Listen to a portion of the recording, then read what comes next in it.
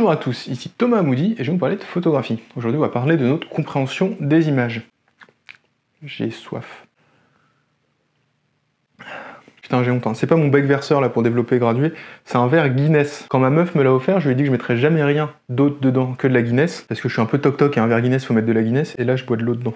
En même temps c'était le seul qui était propre. On s'en fout complètement, donc cette intro est un peu longue.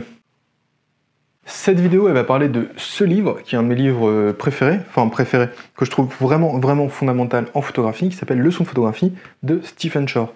J'en ai déjà parlé sur le blog de ce bouquin. Si j'en parle ici, c'est parce qu'il y a donc un des premiers chapitres dont on va parler, dont j'ai fait référence dans un article qui est sorti sur le blog il y a pas très longtemps, il y a quelques semaines, je pense, quand vous regardez cette vidéo. Et du coup, les notions, je les ai vaguement présentées dans l'article, et je me suis dit que ce serait cool de faire une vidéo pour les rappeler, parce que j'en ai jamais parlé sur cette chaîne. Pour info, ce bouquin, il est présent dans la bibliographie.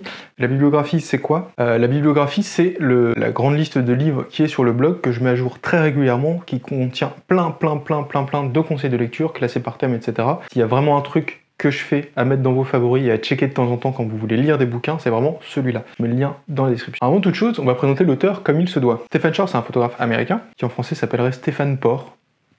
Et donc il est connu pour avoir participé à la renaissance de la photographie en couleur, enfin à l'émergence de la photographie en couleur dans les années 70 aux États-Unis, à l'époque où la seule photographie bien entre guillemets, c'était la photographie en noir et blanc. La photographie d'art, c'est la photo en noir et blanc, la couleur, c'était c'est nul, pour schématiser un peu. Et quand je dis participer, c'est un petit euphémisme. Il a fait beaucoup plus que ça. Stephen Shore, il a vendu ses premières photographies au MoMA, donc le Muséum d'art moderne de New York, à seulement 14 ans. J'en ai déjà parlé sur cette chaîne, 14 ans c'est très jeune. Et c'est aussi le deuxième photographe à avoir été exposé de son vivant au Met. Le Met, c'est le Metropolitan Museum of Art à New York. Il a fait ça à 24 ans. Il a beaucoup théorisé sur la photographie et il enseigne maintenant au Bard College aux États-Unis. Je sais pas où c'est, on s'en fout. Il a une vision très intéressante de celle-ci dont il parle dans son livre. Ah, et avant de démarrer sur le chapitre qui nous intéresse de ce livre, et dedans il fait une distinction que je trouve assez intéressante entre les photographes dits analytiques et les photographes synthétiques. Le premier, il analyse l'image et ce qu'elle est selon la structure de l'espace physique. Grossièrement, il photographie pour analyser le monde. On pourrait mettre Sebastião Salgado par exemple dans cette catégorie. Le second fait l'inverse, il structure l'espace de l'image selon ce qu'il veut analyser. Donc il organise l'image selon sa propre vision du monde. Ça s'applique à certains peintres dans le bouquin, je crois, mais en photographie, on pourrait penser à Andreas Gursky par exemple. Alors, pour en revenir à nos moutons, le livre dont je viens de vous parler, celui-ci, faut suivre, synthétise le cours que Stephen Shore donne au Bard College. Donc grossièrement, au lieu d'aller à la fac aux États-Unis, vous pouvez lire ce bouquin et vous avez le même cours que fait Stephen Shore là-bas. Donc le livre est divisé en 5 parties, 3 sur la construction des images du niveau physique à la représentation, la nature des photographies, le niveau physique, le niveau représentatif, et 2 sur la construction mentale des images, le niveau mental et la modélisation mentale. Toutes ces parties sont aussi intéressantes les unes que les autres, bien que les deux dernières elles soient un peu plus difficiles à se coller. Je sais plus quand c'était la dernière fois que j'ai lu, mais j'ai souvenir que les deux dernières étaient un petit peu difficiles à suivre, et ça donne quoi qu'il en soit une vision étayée de ce qu'est la photographie, de comment ça marche. C'est des vraies leçons très bien illustrées, donc je vous invite à lire. Nous, ce dont on va parler aujourd'hui, c'est la partie qui m'intéresse le plus, c'est la partie sur le niveau représentatif. Dans cette partie, Stephen Shore il décrit les 4 mécanismes que le photographe a pour prendre le monde qui l'entoure et le transformer en photographie. Donc c'est un peu la grammaire visuelle de base du photographe grâce auquel il structure ses photographies et son travail. Alors la première de ces transformations du monde en photographie, c'est la planéité. La transformation la plus simple pour passer du monde qui nous entoure à la photographie, c'est le plan. Alors ça c'est tout simple à comprendre, le monde qui nous entoure il est en 3 dimensions, il est en volume, hein. Ma main elle est loin, tout ça. C'est quelque chose qu'on appréhende assez facilement. La photographie est un plan. Donc la première des transformations, c'est ça, c'est la planéité, c'est de passer d'un monde en 3 dimensions à un monde tout plat, qui est bidimensionnel, hauteur-largeur, comme ça. Alors le plan de l'image, c'est le champ sur lequel est projetée l'image de l'objectif. Donc ça forme un plan, ce truc-là. À notre époque, c'est un capteur numérique, mais à une autre époque, c'était un film, ça a été des plaques de verre, ça a été tout ça. Le plan, c'est ça. Le premier effet de cette transformation, la planéité, c'est de rapprocher dans l'image des éléments qui sont très loin entre eux dans la réalité et de créer des liens entre eux.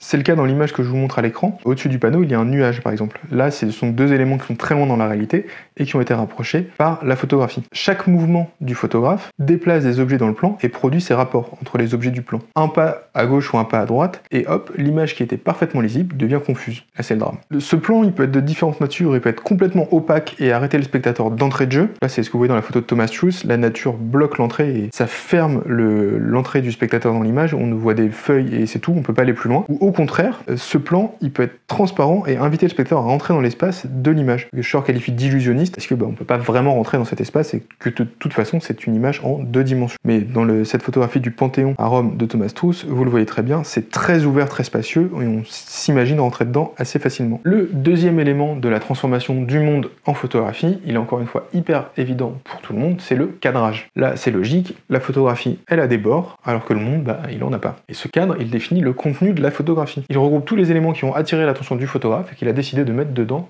dans son cadre. Ce cadre aussi, d'une certaine façon, résonne et attire l'attention du spectateur. C'est ce qu'on va voir avec quelques exemples. Parce qu'en fait, comme pour le passage au plan, qui crée des rapports entre des objets distants, le passage d'un monde sans cadre à une photographie qui en a un, produit aussi un rapport entre le contenu de l'image et les formes du cadre. Par exemple, dans cette photographie de Michael Wolff à Hong Kong, on voit bien que les bandes verticales des immeubles font écho au format du cadre et elles y sont parallèles. Donc on peut dire d'une certaine façon aussi que le cadre résonne par rapport aux images et à ce qu'il contient. En plus des rapports visuels qu'il crée, lui aussi, le cadre, par ses qualités, il unifie l'action dispersée dans une image. Il en fait un tout. Et ça marche bien sûr que si la composition de l'image est maîtrisée, sinon c'est juste un gros bordel. Mais là, dans la photographie de Salgado, par ce cadre qui englobe l'action, vous voyez que tous les mineurs forment un tout et une image cohérente. Ce cadre, il peut être de deux natures. Il peut être passif, et dans ce cas, il ne constitue que les limites d'une image. L'image commence alors dans le cadre et se prolonge à l'extérieur de celui-ci. Et en faisant ça, le photographe induit un monde qui se prolonge au-delà des bords. Donc on va prendre un exemple. C'est le cas dans cette photographie de Martin Parr. La continuité du banc ainsi que le bras à gauche du cadre induit une continuité, tout comme le chemin menant vers le parking. On voit bien que le monde ne s'arrête pas à cette image. A l'inverse, dans certaines images, le cadre est actif. La structure part du cadre et progresse vers l'intérieur. On peut observer cela dans la photographie d'Araki, que je vous montre à l'écran. Même si on sait que le monde existe au-delà de cette vue, le monde propre à cette photographie est enfermé à l'intérieur du cadre. La photographie ne fait référence à rien d'autre que ce qui se passe à l'intérieur d'elle-même. Le cadre enferme. Alors le troisième élément qui permet de passer d'un monde, alors là encore une fois on nage dans l'évidence, mais la photographie est statique, elle ne représente qu'un moment, et le monde lui est un flot continu de temps jusqu'à la fin des temps et la mort froide de l'univers. Par exemple, prenons cette image de Richard Avedon. Donc il a travaillé cette image pendant des heures, et dans tout ce flux de mouvement, il y a eu un instant où le serpent s'est bien placé et a sorti sa langue. Un instant d'1 ou 250e de seconde, où la pellicule a pu enregistrer ce moment. Puis le désordre est revenu aussi vite qu'il est parti. Le temps d'une photographie est influencé par deux facteurs. Forcément la durée d'exposition, et aussi le caractère statique de l'image finale. John Sarkowski, qui est un conservateur du Muséum d'art de New York, appelle cela une quantité discrète de temps. Les images contiennent plus ou moins de temps à l'intérieur d'elles-mêmes. Donc c'est quelque chose de très connu. Si vous avez un temps d'exposition extrêmement court, vous allez figer l'image et prendre qu'un grain dans le flux du temps, alors que si vous avez un temps d'exposition beaucoup plus long, vous allez avoir du mouvement, peut-être un petit peu de flou de bouger, mais vous allez mettre plus de temps dans votre image. Et la quantité de temps, elle peut être très très grande. Par exemple, dans cette photographie de New York de Michael Wisely, on a une photographie qui a été prise sur plusieurs années. En fait, de mémoire, il laissait une chambre à un endroit qui photographiait New York, et pendant plusieurs années, il ne la bougeait pas avant de développer l'image. Il devait être à ISO 0.1 et restait 3 ans, je sais pas du tout comment ça se passait. Mais là, du coup, sur la photographie, vous voyez des immeubles qui ont été construits, etc. au fur et à mesure des années, ce qui donne un effet hyper intéressant. Donc ça, c'est pour dire que on peut mettre plus ou moins de temps dans une image, et là, Wisely en a mis beaucoup.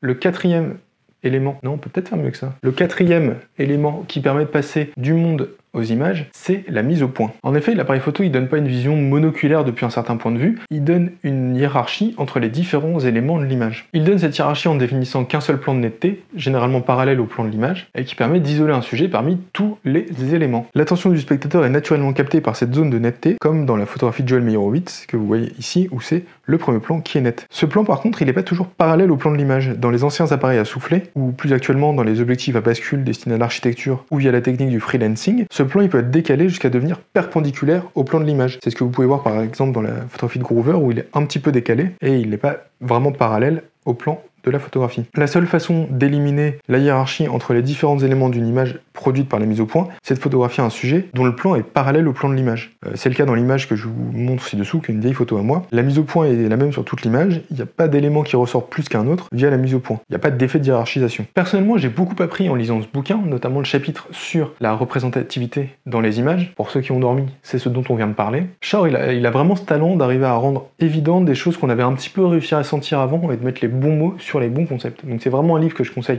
à tous les photographes qui ont envie de progresser, c'est une très très bonne lecture à faire. Maintenant que vous avez lu tout ça, allez faire des photos. Moi je vous dis merci à tous d'avoir regardé cette vidéo jusqu'au bout. Si elle vous a plu, vous pouvez mettre un petit pouce bleu. Si vous avez aussi aimé le bouquin de Char, vous pouvez en parler en commentaire, il y a d'autres chapitres, donc on peut en discuter ensemble. Je vous mets un lien dans la description vers un autre livre qui est 10 outils indispensables pour votre projet photo. Il est gratuit, il vous suffira de cliquer pour l'avoir. Moi je vous dis à bientôt et prenez soin de vous.